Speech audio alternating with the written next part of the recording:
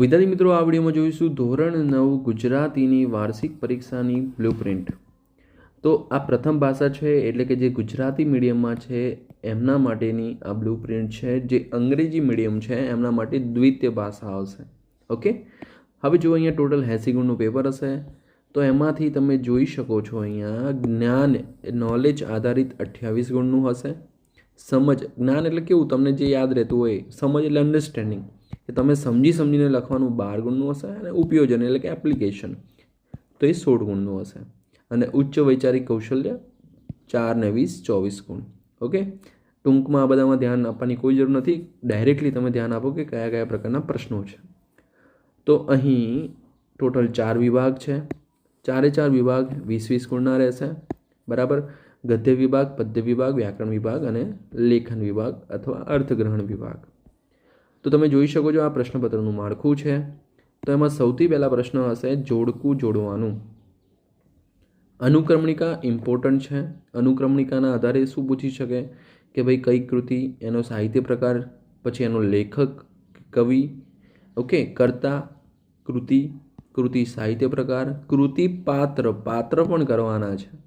અને પાત્ર અને ઉક્તિ, કોઈ જે પાત્ર છે કંઈ બોલ્યું હોય તો એ પ્રમાણે એનું વાક્ય પણ યાદ રાખવાનું અને કોણ બોલ્યું છે એ પણ યાદ રાખવાનું. તો એવું જોડકું હશે 4 ગુણનું. ત્યારબાદ આપેલ વિકલ્પોમાંથી યોગ્ય વિકલ્પ પસંદ કરી ખાલી જગ્યા પૂરો.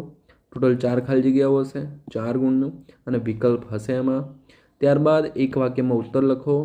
2 પ્રશ્નો હશે 1 ગુણના, એમ 2 ગુણ. ત્યારબાદ નેક્સ્ટ જોઈએ તો 3-4 વાક્યમાં ઉત્તરો, એટલે કે 4 ગુણનો.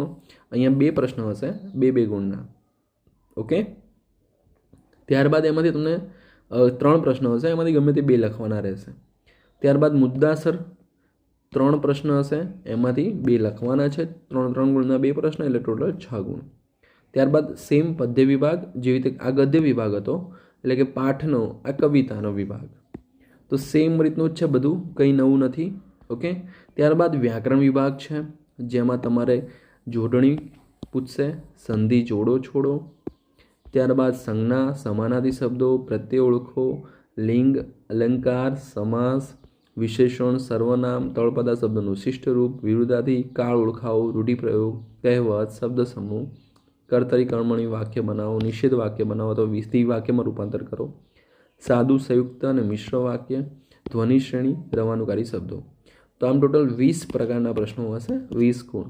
ઓકે, ત્યારબાદ નેક્સ્ટ છે વિભાગ ડી, લેખન વિભાગ, જેમાં અર્થ વિસ્તાર હશે, જેમાં 2 હશે, એમાંથી ગમે તે 1 લખવાનો રહેશે. અહેવાલ લેખન અથવા પત્ર લેખન, ગદ્યાર્થ ગ્રહણ અથવા પદ્યાર્થ ગ્રહણ, 4 પ્રશ્નો હશે એમાંથી, એટલે કે ફકરો આપેલો હોય અને એના આધારે 4 પ્રશ્નો હોય, અથવા કવિતા આપેલી હોય અને એના આધારે 4 પ્રશ્નો હોય. ત્યારબાદ આપેલ મુદ્દાના આધારે નિબંધ લખો. 3 નિબંધ હશે, એમાંથી ગમે તે 1 લખવાનો રહેશે. તો આ પ્રકારની બ્લુપ્રિન્ટ હશે. હવે એના આધારિત એક મોડલ પેપર, એટલે કે નમૂનાનું પ્રશ્નપત્ર છે. તો ખાસ આ ઇમ્પોર્ટન્ટ પેપર છે, આઈએમપી, અને આમાંથી લગભગ 15 થી લઈને 50 ગુણ સુધી પૂછી શકે, જેવી તમારી પેપર નીકાળે.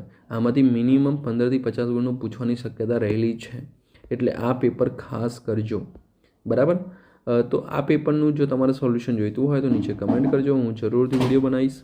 ત્યાં સુધી તૈયારી કરો. Okay, all the best. બીજા જે 9મા ધોરણના ઇમ્પોર્ટન્ટ વિડીયોઝ છે તમને ડિસ્ક્રિપ્શનમાં મળી જશે, તો ત્યાંથી તમે જોઈ શકો છો. ઓકે, તો ફરી મળીએ નેક્સ્ટ વિડીયોમાં. ત્યાં સુધી good bye, take care, all the best.